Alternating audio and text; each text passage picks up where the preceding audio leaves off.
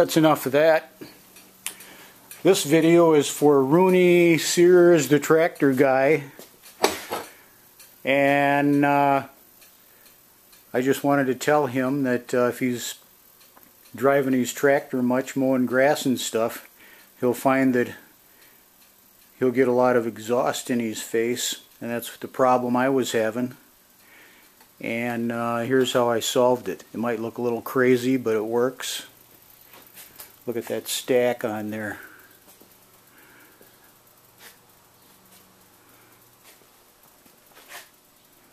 Pretty rough breathing exhaust while you're cutting grass, so right there's the answer to the problem.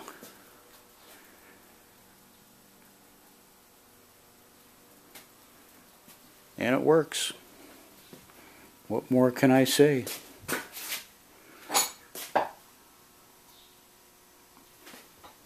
Whoops, let me get a good shot of it here. There you go. Big old tall chimney.